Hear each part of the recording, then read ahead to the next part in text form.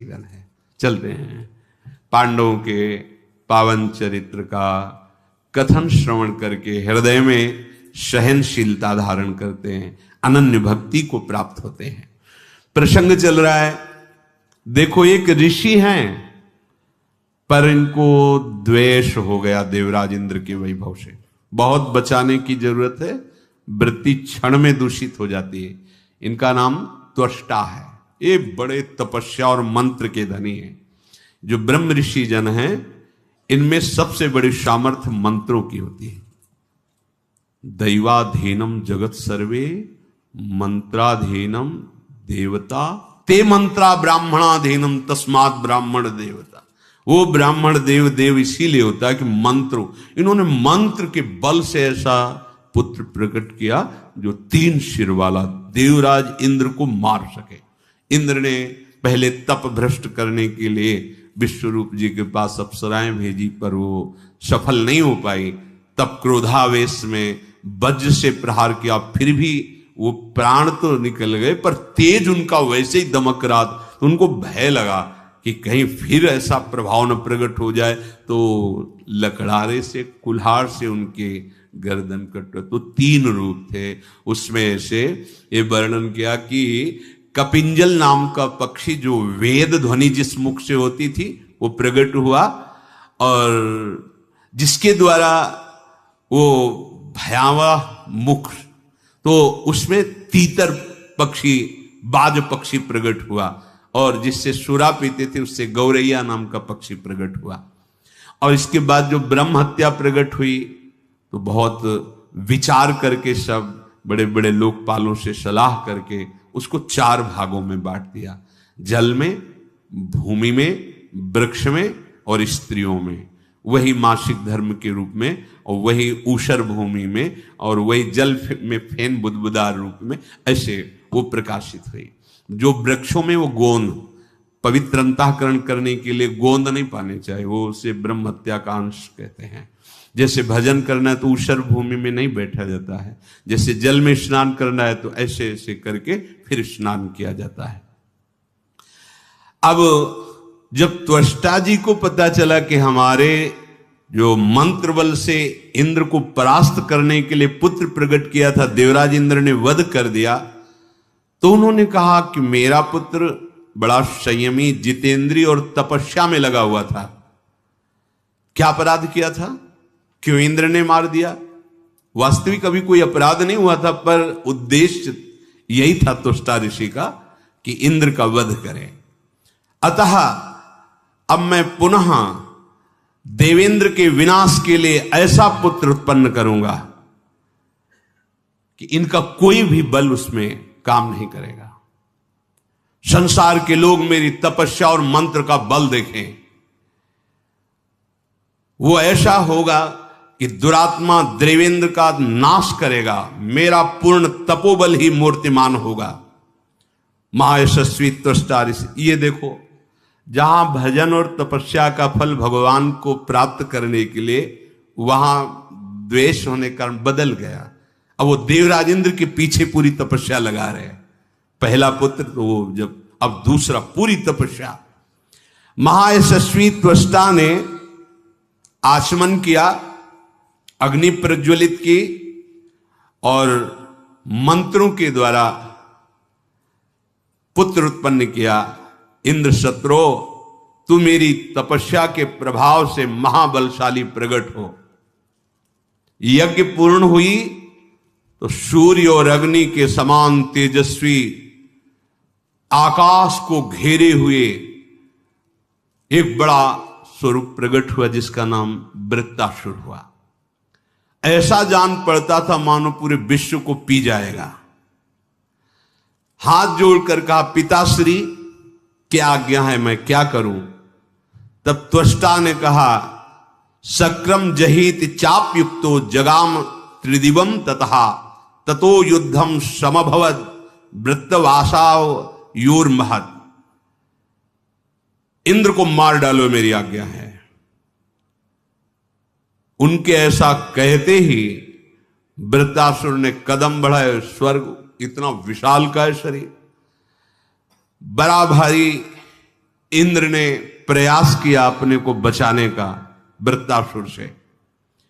क्रोध में भरे हुए वृत्तासुर उनके अस्त्र शस्त्र सबको ऐसे दांतों से चबा लिए। कोई काम उनके ऊपर अस्त्र शस्त्र नहीं कर रहा था।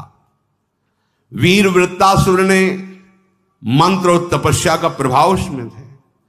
इंद्र को ऐसे पकड़ लिया और अपने मुंह के भीतर डाल लिया। लोकपालों ने देखा ये तो चबा जाएगा, अब तो मुंह के अंदर डाल लिया देवराज इंद्र को। तत्काल बड़े बड़े लोकपाल एकत्रित होकर मंत्र का प्रभाव, जम्भाई आ गई। जम्भाई की सृष्टि वहीं से हुई। महाशक्तिशाली देवताओं ने तत्काल संकल्प किया और उसको जम्भाई, यहीं से जम्भाई की सृष्टि हुई। आज ऐसे करते जे आ तो देवराज इंद्र निकल पड़े बाहर। बलनाशक इंद्र जब बाहर निकल करके आए तो उनको कुछ होश आया। इंद्रमुख से बाहर निकल आए, समस्त देवताओं ने घेर लिया। फिर बड़े बड़े लोकपाल, अग्नि देवता, वायु देवता, सब इंद्र को पीछे करके युद्ध करने लगे। फिर इंद्र स्वस्थ चित्त होकर स्वयं युद्ध करने लगे। बड़ा भयानक संग्राम हुआ, पर त्वष्टा ऋषि का मंत्र और तप बल परास्त होने वाला नहीं था। युद्ध में अधिक बलशाली होने लगा। इंद्र और समस्त लोकपाल भाग पड़े। ऋषि की तपस्या का जो स्वरूप, भाग पड़े। न अग्नि न वायु, कोई भी सामने नहीं टिक रहा है। अब देवताओं को बड़ा दुख हुआ कि जब स्वयं इंद्र और बड़े बड़े लोकपाल त्वष्टा के तेज से सब भयभीत हो गए और सबने सलाह की कि अब क्या किया जाए। भय से मोहित हुए सब विचार करके एक ही बात पे पहुंचे कि भगवान श्री हरि की शरण में चलो, दूसरा कोई उपाय नहीं। तो सब मंदराचल के शिखर पर गए और एकत्रित होकर हाथ जोड़ करके वृत्रासुर के भय से पीड़ित होकर श्री भगवान का स्तवन किया। सबने प्रार्थना की, प्रभु जब जब हमें संकट पड़ा है आपने ही बचाया है। नाथ, आपने मेरे लिए मोहिनी अवतार धारण किया, दैत्यों के हाथ से अमृत छीना और युद्ध में सब दैत्यों का संहार किया। महादैत्य बलि को बांधने के लिए आपने मेरे कारण ही वामन अवतार धारण किया और आपने इंद्र को देवताओं का राजा पद पुनः प्रदान किया बलि से छीनकर। आप संपूर्ण देवताओं के स्वामी, चराचर जगत के स्वामी, हे देवाधिदेव, हे अखिल विश्व वंदित सूर्यश्रेष्ठ, आप हम सबके आश्रयदाता हैं, हमारी रक्षा कीजिए। ये वृत्तासुर अपने प्रभाव से हम सब देवताओं को परास्त कर लिया है, अब आप ही मुझे बचा सकते हो। श्री भगवान बोले, देवताओं, तुम लोगों का उत्तम हित अवश्य करूंगा, अतः तुम सबको एक उपाय बताऊं जिससे वृत्तासुर का अंत होगा। तुम सब लोग ऋषियों के समीप जाओ और ऋषियों को लेकर के जहां वृत्तासुर है उसके पास झुक के जाओ और उससे कहो मैं जान गया कि मैं आपसे नहीं जीत सकता, और उससे मित्रता करो, संधि करो, फिर हम जीतने का उपाय बताएं। पहले तुम संधि करो। देवताओं, मेरे तेज से तुम्हारी विजय होगी। जब इंद्र वध करने का निश्चय करेंगे तो मैं उनके आयुध में अग्रभाग में विराजमान हो करके उसका विनाश कर दूंगा। पर अभी तुम जाओ, झुक के प्रणाम करो और संधि करो, क्योंकि अभी बढ़ा हुआ तपोबल है, कोई जीत नहीं सकता। प्रभु के ऐसा कहने पर ऋषि देवता सब मिलकर के वृत्तासुर के पास गए। वृत्तासुर ने देखा सब हाथ जोड़े ऋषि देवता और देवराज इंद्र आ रहे। ऋषियों ने पास आकर कहा, दुर्जय वीर, कोई प्रहार मत करना, हम तुम्हारे तेज से बहुत जल रहे हैं, आप हमसे मित्रता कीजिए, अब तुम्हारा कोई अमंगल नहीं करेगा। इंद्र की सामर्थ्य नहीं कि तुम्हें जीत सके, इसलिए हम तुम्हारे आश्रय में आए हैं। देवता, असुर, मनुष्य सहित सारी प्रजा बहुत पीड़ित हो रही है, इसलिए हम चाहते हैं कि तुम और इंद्र मित्र बन जाओ तो जगत का मंगल हो जाएगा, तुम्हें भी सुख मिलेगा और इंद्र को भी सुख मिलेगा। ऋषियों की ये बात सुनकर के वृत्तासुर ने मस्तक झुकाया और कहा, हमें आप समस्त ऋषियों का आदर करना है, इसलिए आप जो आदेश करें हम मानेंगे। महाभाग महर्षियों ने कहा कि आप मित्रता स्वीकार करें, इंद्र से अब युद्ध नहीं करेंगे।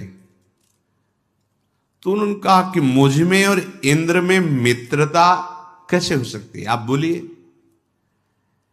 क्योंकि मैं तप और तेज बल से प्रकट हुआ द्वेष भाव से हूं, इसलिए इंद्र के प्रति मेरे हृदय में द्वेष रहेगा और इंद्र अपने द्वेषी को टिकने नहीं देंगे, इसलिए मारने का उपाय करेंगे। कभी मित्रता हो ही नहीं सकती। ऋषि बोले, एक बार मेरे कहने से तुम मित्रता स्वीकार करो। अगर साधु पुरुषों का वचन मान लिया जाए तो उसमें परम कल्याण होता है। साधु पुरुषों के संग की जो अवहेलना करता है उसकी दुर्गति हो जाती है। अतः साधु पुरुषों का मिलना भगवान की कृपा का प्रतीक है। तुम मित्रता कर लो। सकृत सताम संगतम लिप्सितव्यम ततः परम भविता भव्यमेव। तुम्हारा भविष्य मंगलमय हो जाएगा। देखो, कह रहे सज्जनों की बात मान लो, संतों की बात मान लो तो तुम्हें भगवान की प्राप्ति। भगवान ने कहा है कि हमारे द्वारा उसका वध होगा। जिस अस्त्र का संचालन तुम करोगे उसके अग्रभाग पर मैं विराजमान रहूंगा। तभी जब हाथ में अस्त्र उठाया था तो भगवान से यही प्रार्थना की थी, अब आपके दासों का मुझे जो जन्म मिले तो उनका दासत्व मिले, आपसे ऐसा प्यार हो। वो भगवान दिखाई दे रहे उनको। संतों का यदि संग किया जाए तो सुदृढ़ एवं चिर स्थायी सुख की प्राप्ति होती है, अविनाशी सुख की प्राप्ति होती है। कोई बड़ा भाग्यशाली होता है जो संत महात्माओं का संग करता है, क्योंकि संत महात्मा हितकर कर्तव्य का उपदेश देते हैं। साधु पुरुषों का संग महान अभीष्ट वस्तु की प्राप्ति कराता है। इसलिए इस जगत में बुद्धिमान वही है जो साधु पुरुषों का संग करने की इच्छा करता है। तुम इंद्र से मित्रता कर लो। सत्यवादी, आनंदिनी, धर्मज्ञ एवं सूक्ष्म बुद्धि वाले महापुरुषों ने ऐसी सलाह दी। महर्षियों की बात सुनकर वृत्तासुर ने कहा, भगवान, जैसे मेरे पिता तपस्वी श्री तुष्टा जी, वैसे ही आप सब हो। आप जो कह रहे हैं मैं मान रहा हूं, पर मित्रता होगी नहीं, क्योंकि इंद्र मुझे मारने का प्रयास करेंगे और मेरे हृदय में द्वेष की रचना की गई है। पर आपकी आज्ञा पालन कर कर मैं अपनी तरफ से कभी विरुद्ध आचरण नहीं करूंगा। ब्रह्म ऋषियों ने आदेश किया तो सर झुकाकर वृत्तासुर ने उसका पालन किया।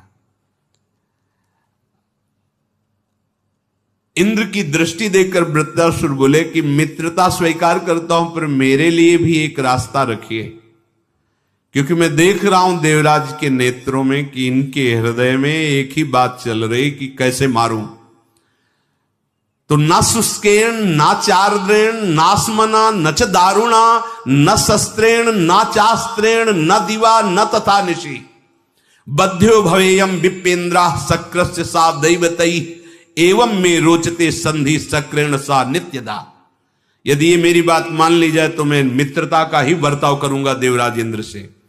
क्या मैं सूखी वस्तु से नहीं मारा जाऊं, ना गीली वस्तु से मारा जाऊं, ना पत्थर से, ना लकड़ी से, ना शस्त्र से, ना अस्त्र से, ना दिन में ना रात में। देवराज इन सब वस्तुओं के द्वारा मुझे किसी से न मार सके, ऐसा आप आशीर्वाद दे तो मैं अभी मित्रता स्वीकार करता हूं। ऋषियों ने भगवान का स्मरण किया, मानो संकेत मिला, तथास्तु ऐसा ही होगा।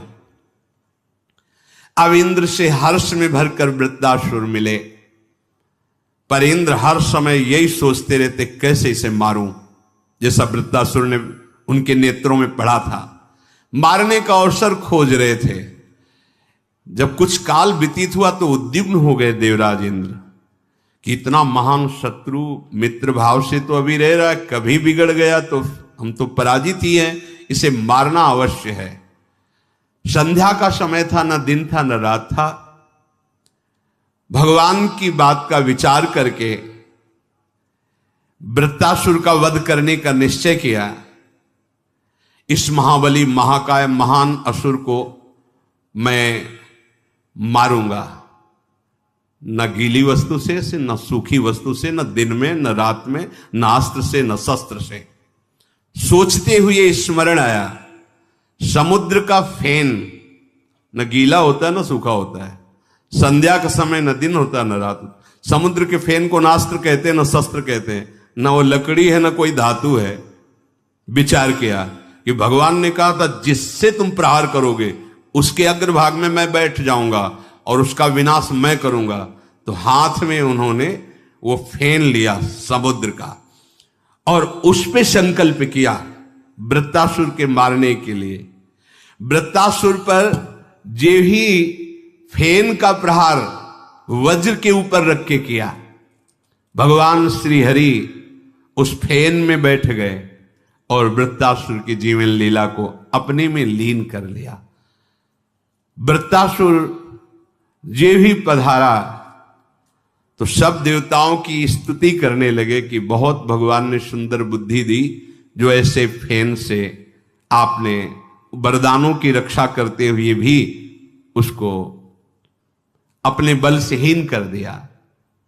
महापराक्रमी वृत्तासुर भगवान में समा गया। इसमें तो इतना भागवत में वर्णन है कि वो भगवान से विनय करते हैं। पर विश्व रूप की हत्या की जो ब्रह्म हत्या थी उसका तो विभाग कर दिया था, लेकिन भयानक ब्रह्म हत्या, क्योंकि ब्रह्म ऋषि के द्वारा प्रकट हुई वृत्तासुर अब तो जलाने लगी देवराज इंद्र को ब्रह्म हत्या। भागे देवराज इंद्र, कहीं ठौर नहीं मिल रही थी, जहां जाते वहां ब्रह्म हत्या उनको तापित करती। वो पृथ्वी की सीमा के पार अपने इस अपराध से बचने के लिए जल में स्तंभित करके कमल की नाल में बहुत सूक्ष्म रूप से वहां जाके बैठ गए। मंत्रों से जल को स्तंभित करके वहां कोई प्रवेश, ब्रह्म हत्या से भयभीत होकर बैठ गए।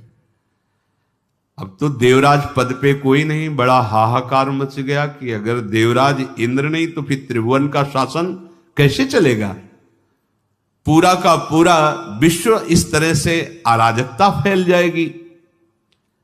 अगर विश्व में अराजकता फैल गई तो उपद्रव होने लगेंगे, सब दुखी हो जाएंगे। अब सब देवर्षि लोकपाल सब भयभीत हो गए। कहां गए? ऐसी जगह गए कि किसी को पता नहीं कि देवराज इंद्र हैं कहां। स्वर्ग में बड़ा भय मच गया।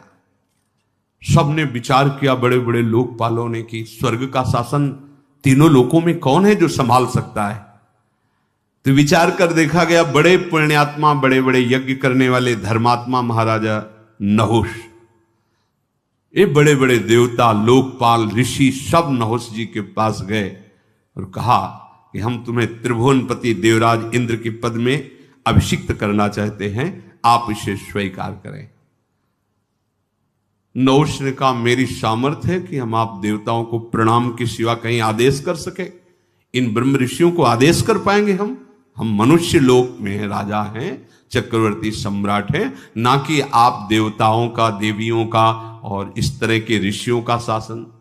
और उनका हम ये वरदान देते हैं, जो तुम्हारी दृष्टि में पड़ जाएगा उसका आधा बल, आधी शक्ति आप में आ जाएगी, और आप जो आदेश करेंगे त्रिभुवन में कोई आपके आदेश का उल्लंघन नहीं करेगा।